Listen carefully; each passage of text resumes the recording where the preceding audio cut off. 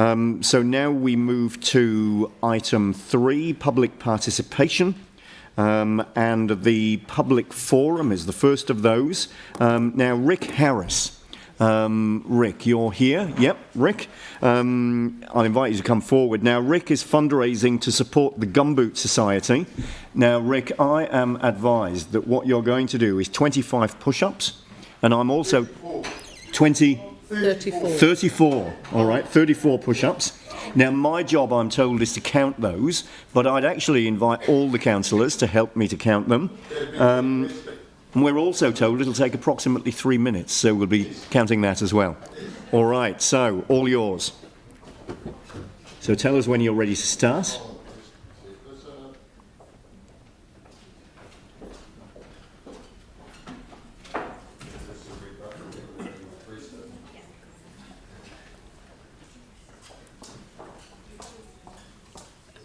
Hi guys, I'm here today, it's day 34 of the push-up challenge. As you know, I'm doing this for Mike King's I Am Hope.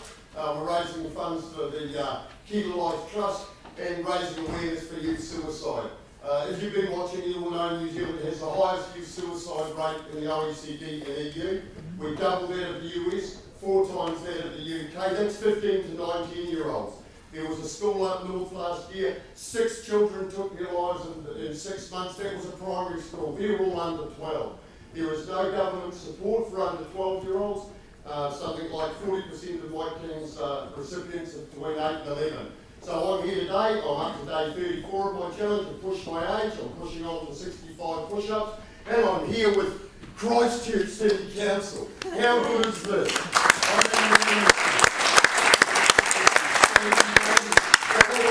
I'm going to do them.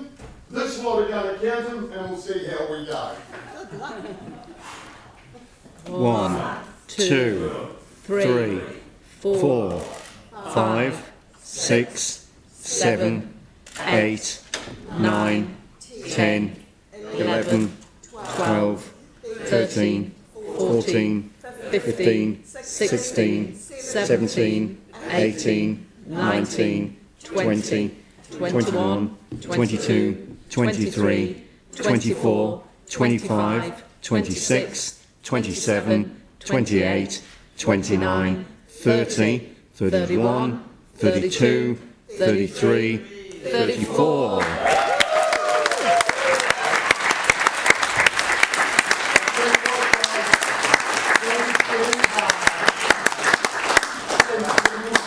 Now remember, we're doing this for Mike King's Gumboot Trust. Above me on the Facebook page is to give a little, press to give a little. Remember, one cost me $5. I get all these lights. If all of you go $5, we'll have another couple of grand in there. Come on, guys, support the cause, and thank you to Christchurch City Council.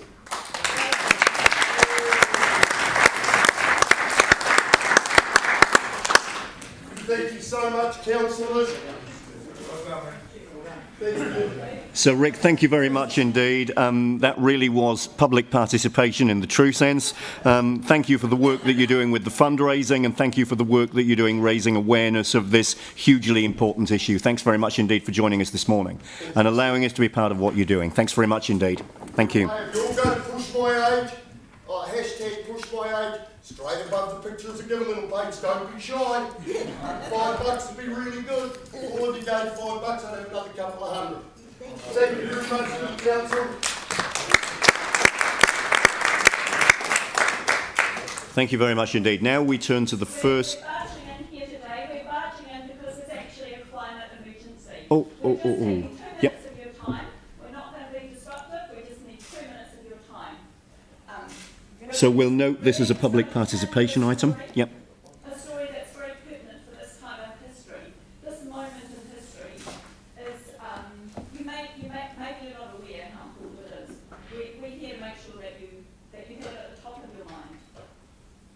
So I understand some of you have not read the paper on Monday for the latest IPC report. That some of you still have it on your reading list. I suggest you get to it. I want to tell you a story from history, which is very relevant. It's about the Titanic. When the Titanic was blasting full steam towards the icebergs, the guy on the received a message from another ship nearby. The message said, "We have encountered many icebergs. The way is blocked. Suggest you stop and wait for daylight." The telegram guy replied from the Titanic. He said, "I'm busy. I'm busy sending telegrams for first class." He did not relay the message to the captain, and the rest is history. I'm asking you, don't be that guy. You know the facts. You've declared a climate emergency. Aotearoa New Zealand has declared a climate emergency. Every decision you make, you need to keep this climate and ecological emergency at the very top of your mind every single day. And that's our position. And we're going to bring this alarm just to remind you that all around the world,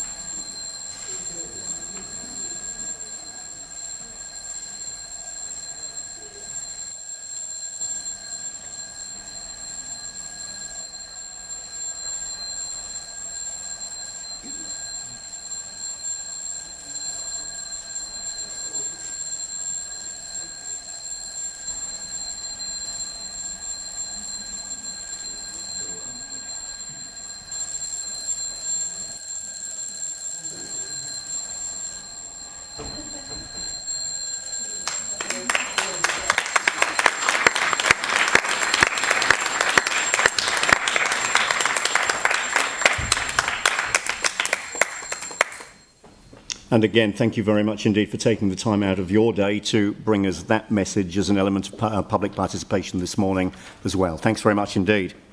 So now moving to the deputations by appointment, item 3.2. I'd invite Brian Turner and Paul Plessy on behalf of Keep Our Assets to the table, please.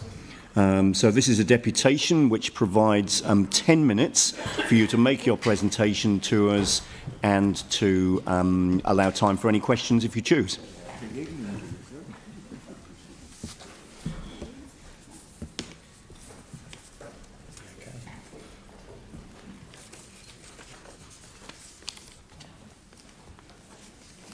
Deputy Mayor, councillors, present staff and gallery public.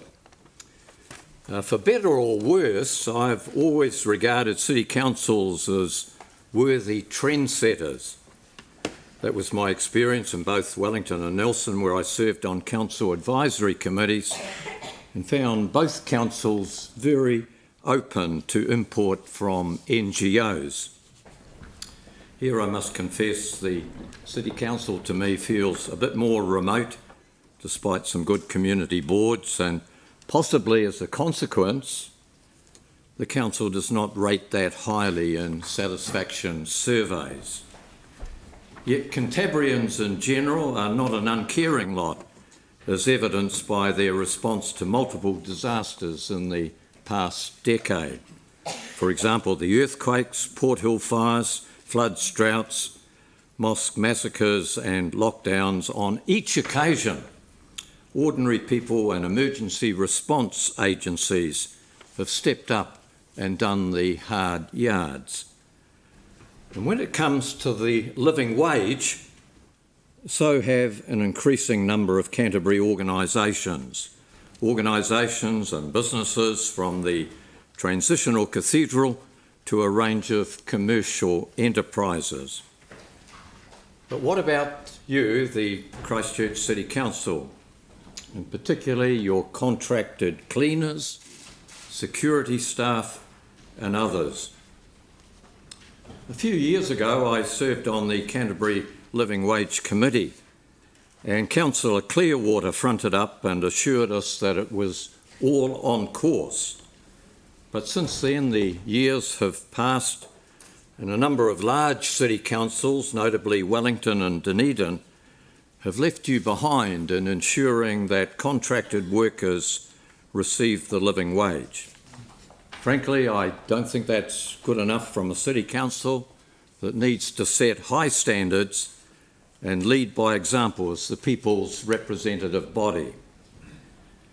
For it occurs to me that when you lead well as a council, you score well in satisfaction surveys. And I hope that will be the case when you achieve full accreditation as a living wage provider. Thank you.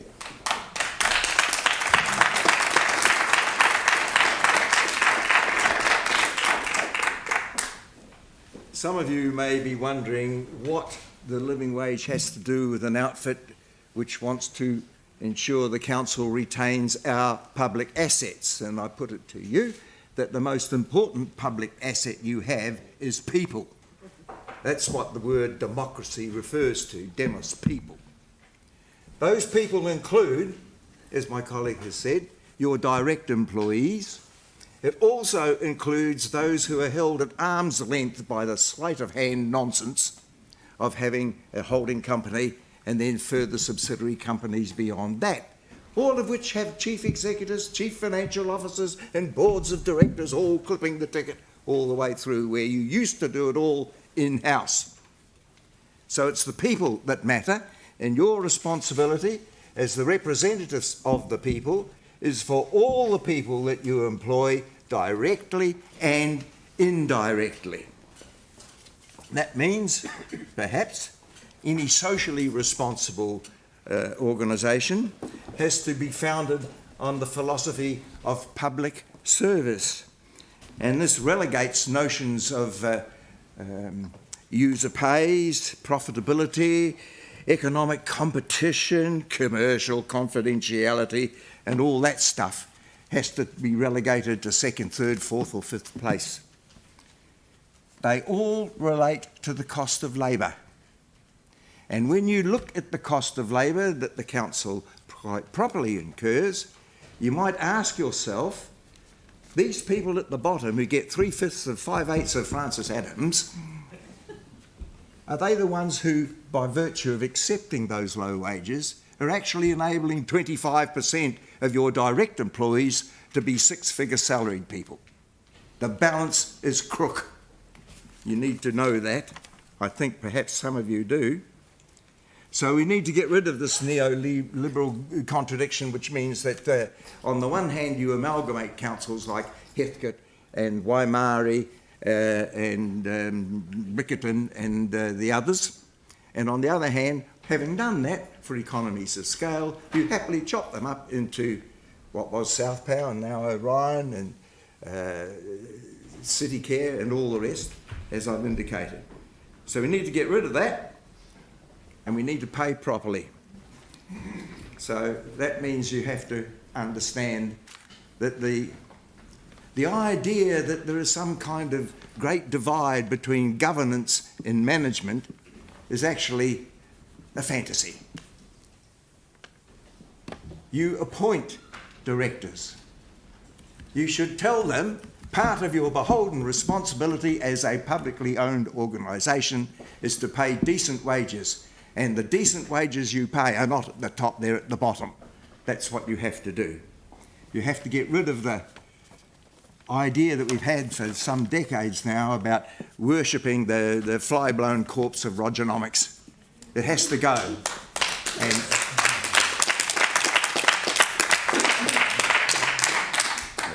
at the risk of a little crudity, the French have a saying which roughly translated, and I put it to you, is piss or get off the pot.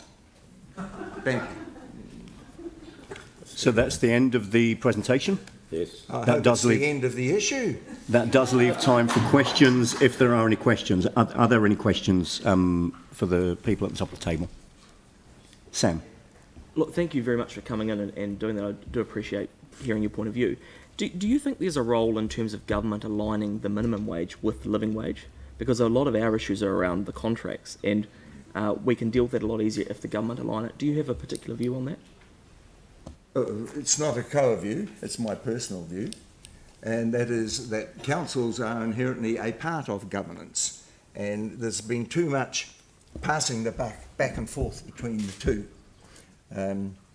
Governments, including local governments, often tend to follow traditions or new trends. So it would be me not being clear. Sorry, I do apologise. I guess what I'm getting at is, do you think the minimum wage, it would be easier for us to implement if it aligned with the living wage? I don't know what's easier for you. I know that the minimum wage is too bloody minimum. And but if it was to be reflected more accurately as the living wage, there will inevitably be arguments as how you precisely calculate that. Anything that increases the pay at the bottom would be an advantage to the whole society. See, things don't trickle down. The trickle-down theory simply means the rich piddle on us. Things actually build from the bottom up, and that's where you need to put your resources. Yeah.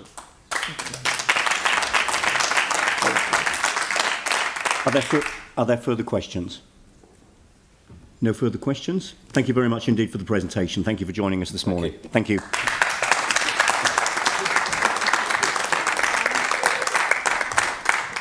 All right, so our second deputation of the morning, and this relates to item 17, the Community Organisation Loan Scheme application. We've got Stuart Mitchell, Steve Barry and Tracy Adhern on behalf of the Canterbury Agricultural and Pastoral Association. So good to see you both. Welcome to the table. Thank you for joining us. And again, you've got 10 minutes to make your presentation. If you wanted to allow time for questions, that would need to be within the 10 minutes allotted. Thank you. Thank you, Deputy Mayor. We're an apology from Steve Barry, who's not with us, but Tracy Ahern is our newly appointed General Manager to the show, and I think I'm known to a few of you. I'm the Chairman of the show. Our presentation is likely to be a little less active and a little less colourful than the earlier two, but hopefully just as important. So we've got 3 or 4 slides we just want to run through here for you. The first one, just before we move off this, we did rebrand the show a couple of years ago to the New Zealand Agricultural Show. I just want you to be aware of that.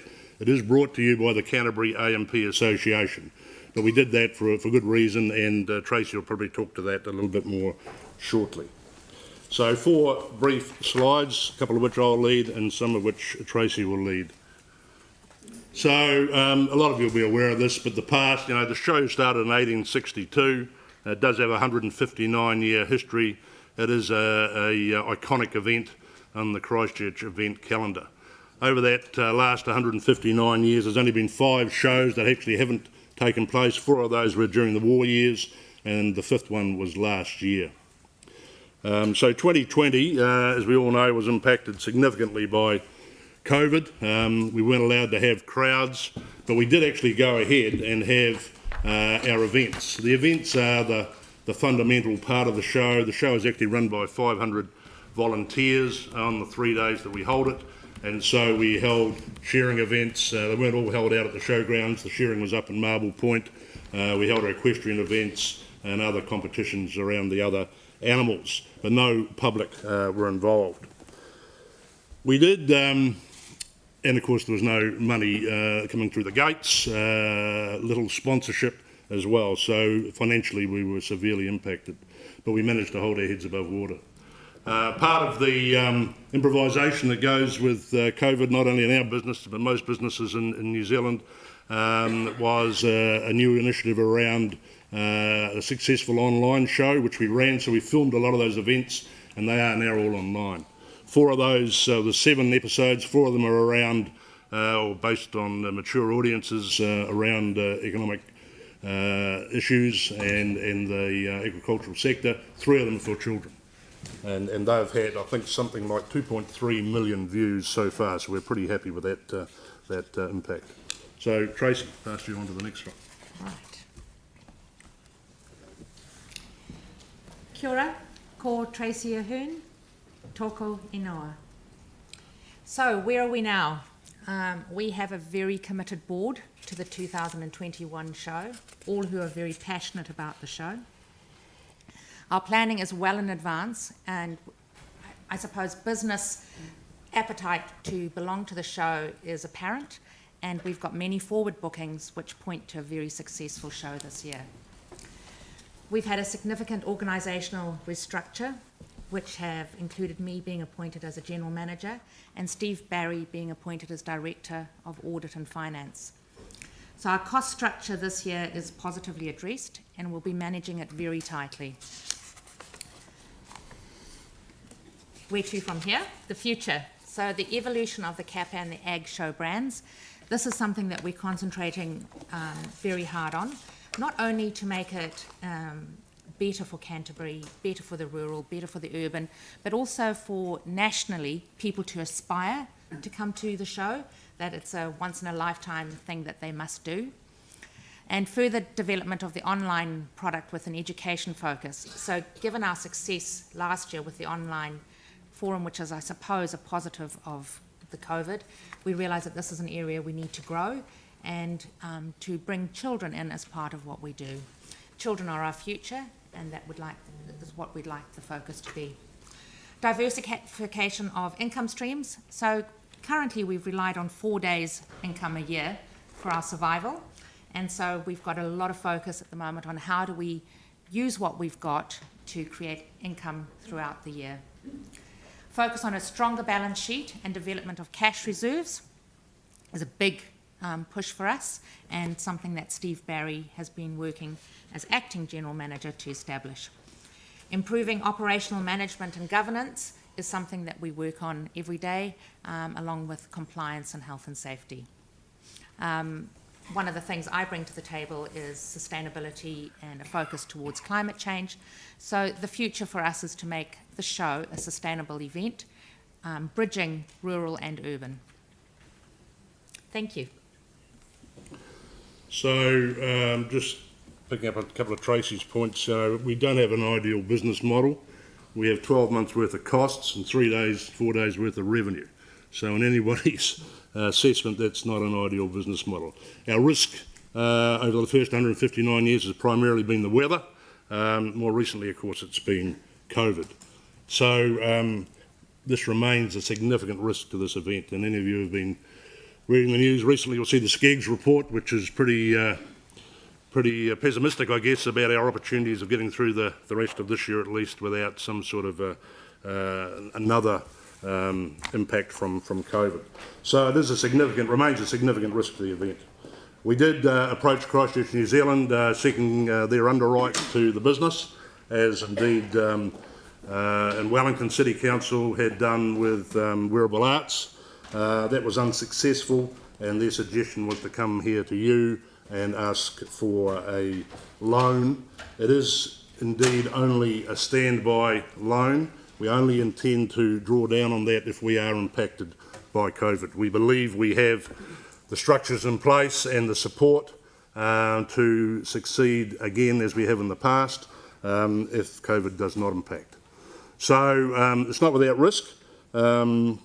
The risk to the directors still exists. Well, I think our board has been brave in stating up front we are going to continue with the show, but if COVID does impact and we don't have support, we will be in big trouble. But it's important to Christchurch, it's important to Canterbury, and we believe we need to do this. So we're seeking your support as an essential element to mitigate this risk to an acceptable level. We are hoping to have one of the biggest and brightest shows we've ever had. There are a number of new events planned. The evidence is that events in New Zealand over the last 12 months, because of the border closures, have been very well subscribed and people have turned up in their numbers, so we are hoping that will happen again this year, and as always we're praying for fine weather. So thank you very much. Open to any questions? Great, thank you very much indeed. So moving to questions, Yanni. Thank you, and thank you for the work that you're doing. It would be great, in my view, to see the show go ahead. So I was just interested in the land that we've leased to you for a long time, across on the other side of the highway. Yep. Is that development progressing? Is that creating a sustainable source of income for you? That's certainly very high on our agenda to, and has been for a while. It's a pretty what's the word? It's a bit of a tortuous path to get to where we want to get to be able to leverage that asset and to get some income off it to sustain the show. But we're working hard on that, and we have a number of people that are doing that right now. So short of providing the loan, which I appreciate that's for a very specific thing. Yeah. I guess I'm interested. Is there anything else that we can be doing Yep. to kind of help you in terms of future sustainability? Well, the likelihood is we will be back in front of you in the next few months, I would have thought, about how we might best utilise that land, and that relates to the legal implications that apply because of the leasehold nature of it. So we are working hard on that. And the idea is that hopefully we can leverage that piece of land, get some income off it, and not have to end up back in front of you people on an annual basis. Okay. Cool. Thanks. Thank you. Are there any further questions? No further questions? Excellent. Stuart, Tracy, thank you very much indeed for joining us this morning. And we'll obviously come to the item that you've spoken to us about later in the meeting. Thank you very much indeed. Thank you. All right, so then our third deputation of the morning is representatives of the living wage movement. Nathaniel, we'd invite you to the table, please.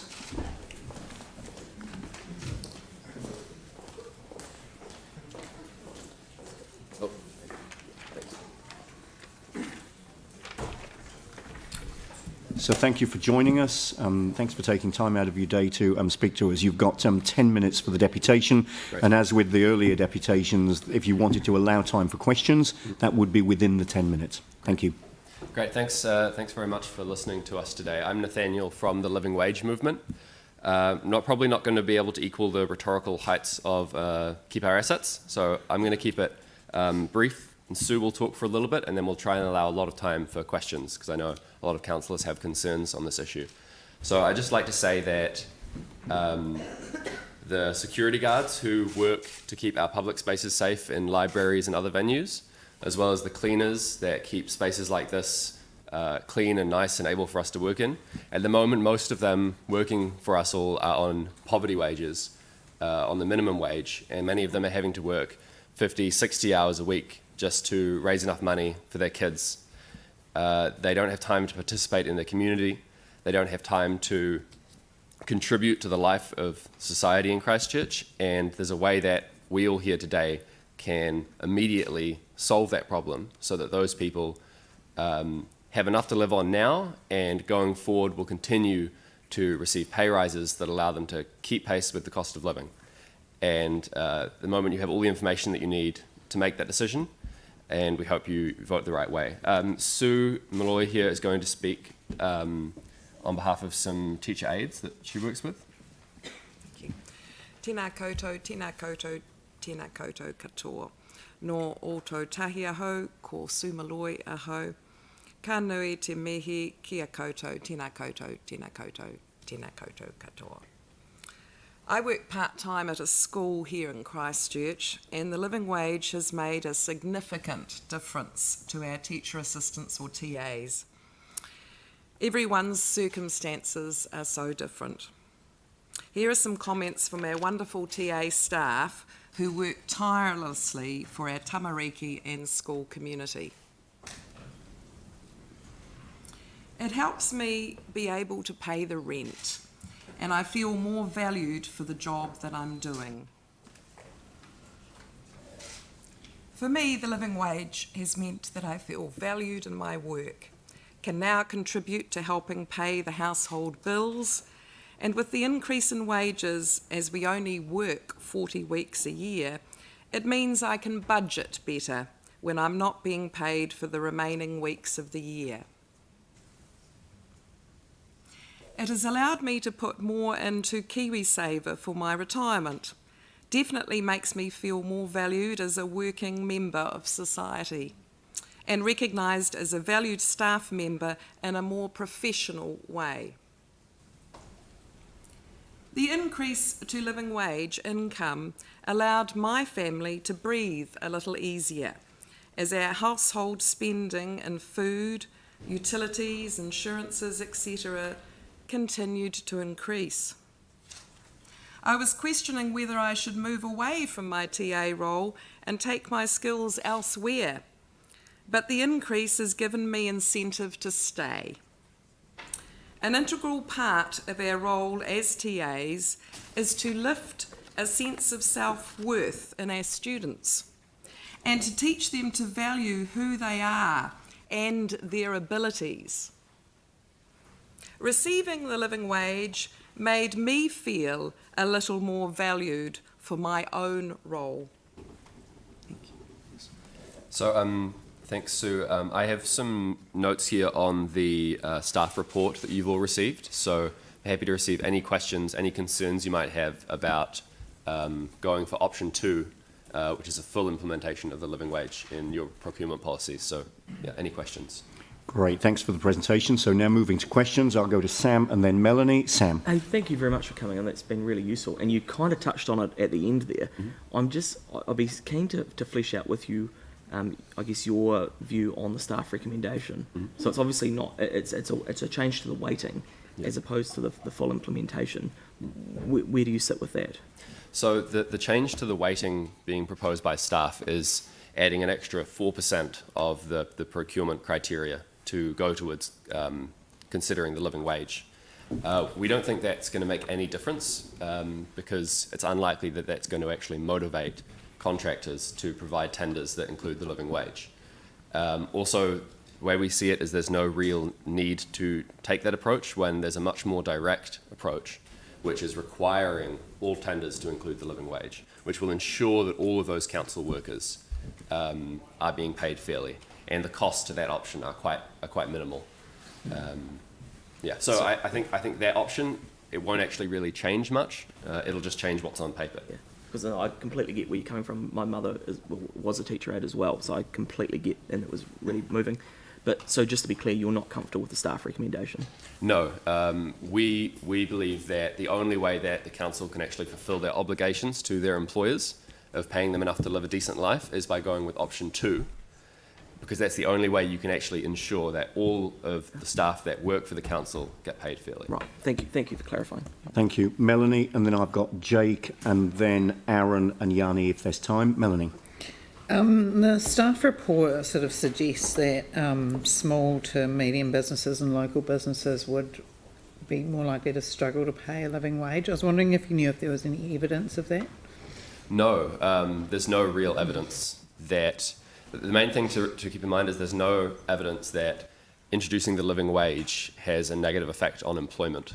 So it's not something that's going to lose people jobs.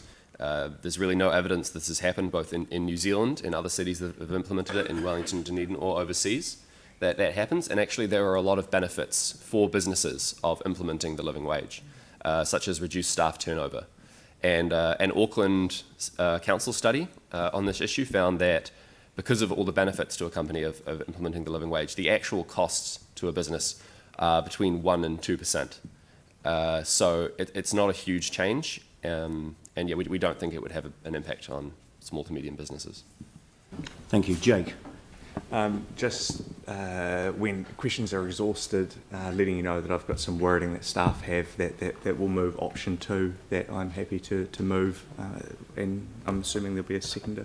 So we'll deal with that when we get into the item itself. Yep, Thank you for understood. signalling that. And I have a question as well, which is, and thanks Nathaniel, I just wondered if you could comment a little bit around those costs. I think it's 17.2 in our report.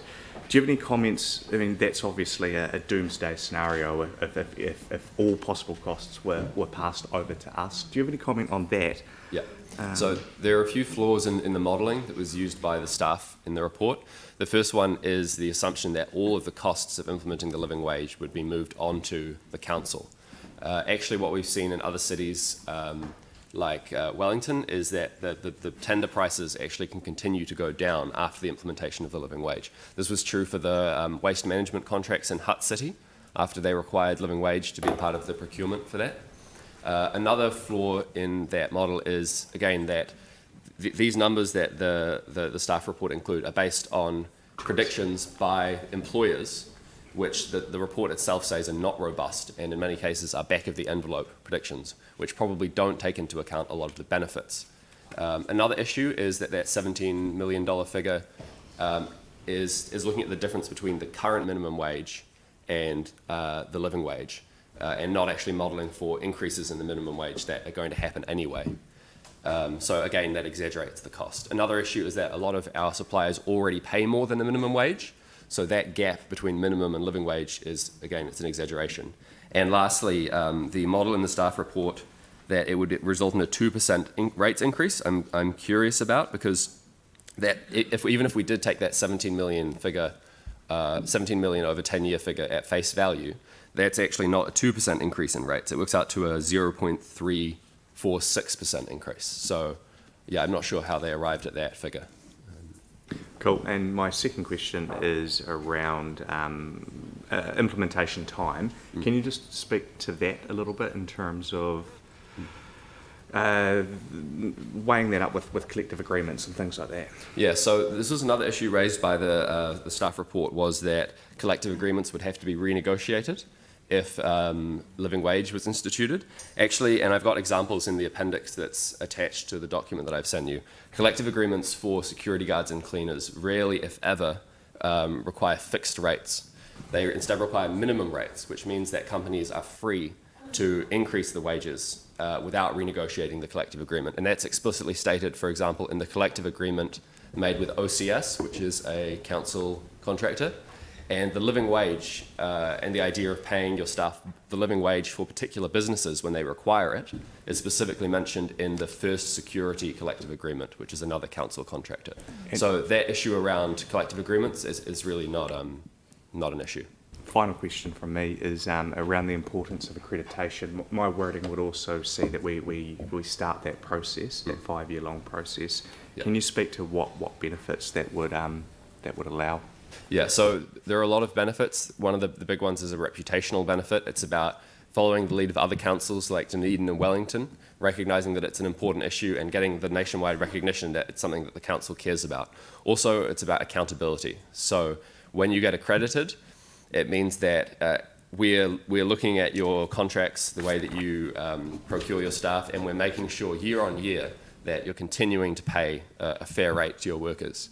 And it also means that you're supporting the movement more generally. So if it's something you believe in, it means that we're able to do that work for you, and then also we have more resources to help other councils follow in your footsteps. Now that does bring us to the end of the time for the deputation and for questions. Thank you very much indeed for coming along and joining us this morning. I'm aware that there are other councillors that did have questions. There will be the opportunity to ask questions of staff before we move into debate on the item, and we'll come back to that later in the agenda this morning. Thanks very much indeed for taking the time to come along. Thank you. Thank you.